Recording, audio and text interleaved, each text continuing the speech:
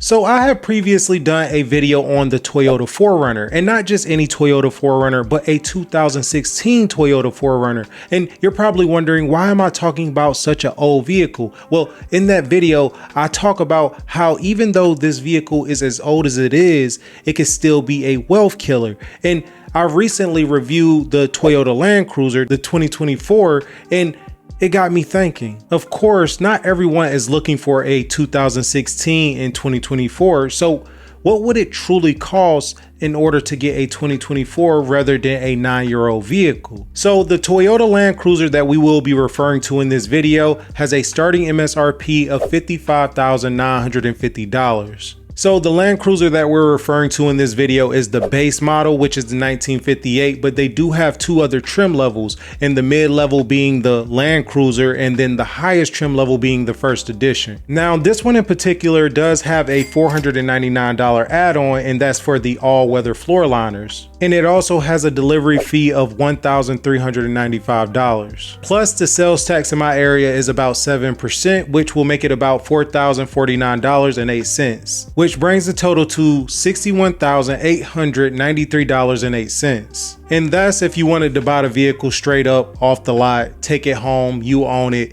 no payments, you know, the fun part, if you can do that, but majority of us can't. So let's talk about that option. Now, this also isn't including any of the other things you have to factor in order to actually drive it off the lot. You know, things like car insurance, dealer markups, tags, and title fees. These are just the basics. But buying a vehicle straight up is difficult for the majority of us, let alone it being a 2024. And I even fall into the category where I couldn't buy this vehicle straight up even if I wanted to. So let's talk about financing the Toyota Land Cruiser 1958. So the payment amount definitely depends on how long your financing terms are. So however long your financing is, that will vary the amount that you actually pay monthly in order to pay this vehicle off. And to make it more comparable, I will be using the same APR that I used in the 2016 Toyota 4Runner video, which if you haven't watched it yet, you could check it out. I'll link it over there and you can watch that video after this one. So for the sake of this video, we will be using 10.4% APR.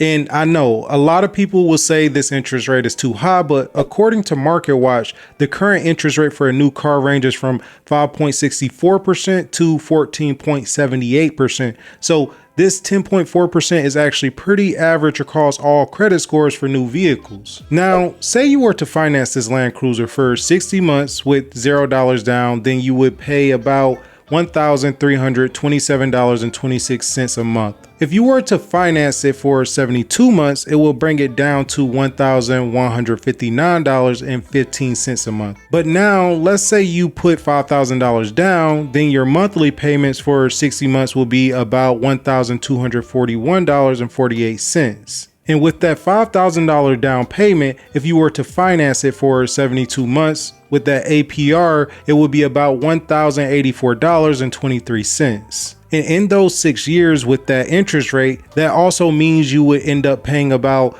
$20,171.65 just in interest. So when all said and done, after 72 months, instead of paying the original starting price of $55,950, you would actually end up paying $77,964.73. But I have some items here from a company called Feeling Pretty Good, who I also partner with for this video, considering that they are a automotive lifestyle brand. They sell these items that I have here and items very similar to these. If you're interested in checking out Feeling Pretty Good, if you use the code GAW at checkout, you get 10% off your entire order. I'll link them down in the description, and it does help the channel out tremendously, so I greatly appreciate that. So let's say we were going off that typical 24/10 rule and you put 20% down. That means your down payment would be $12,378.62. And if you financed it for 4 years, which is 48 months with that average 10.4% interest rate,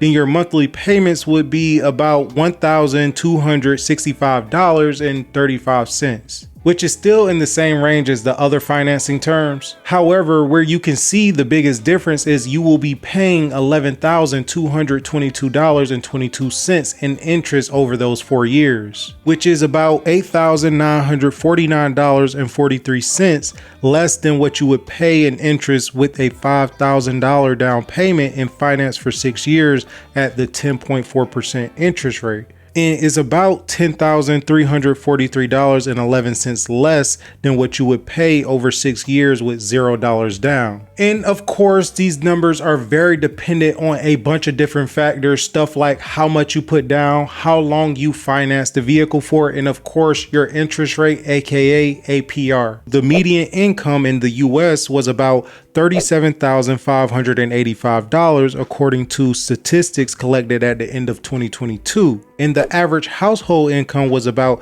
$74,580 in 2022 as well. So that means that per month, the average person makes about $3,132 and the average household brings in about $6,215 a month, which means that even at the longest financing terms of 72 months and the lowest down payment of $0 with that average APR of 10.4%, the monthly payment coming out at $1,159.15 would be 37% of the average person's income and would be about 18.7% of the average household income. And this is with only one car payment when most people have two. And according to a study done in October of 2023, about 17.5% of people that have payments on a new car are making a payment that is above $1,000. And with numbers like that being so high, because let's be real, if you are to get a vehicle like the 1958, you probably will land in around that $1,000 car payment. And the biggest reason why this is a wealth killer, because a lot of people purchase vehicles like this when they're in a very strong financial position, like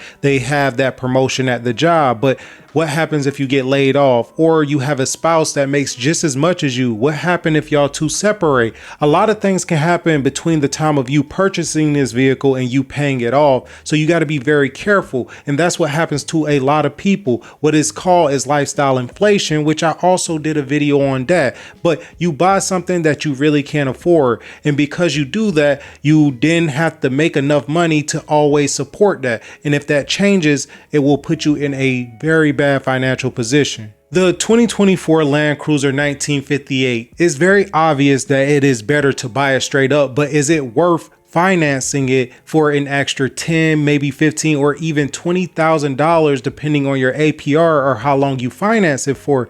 Is it worth that? Me personally, I would go more so for the first edition because it has features that I really like in a vehicle, but there are things that I like about the 1958. But let me know what you think about it in the comments, or which one would you go for, or do you think it's worth that price?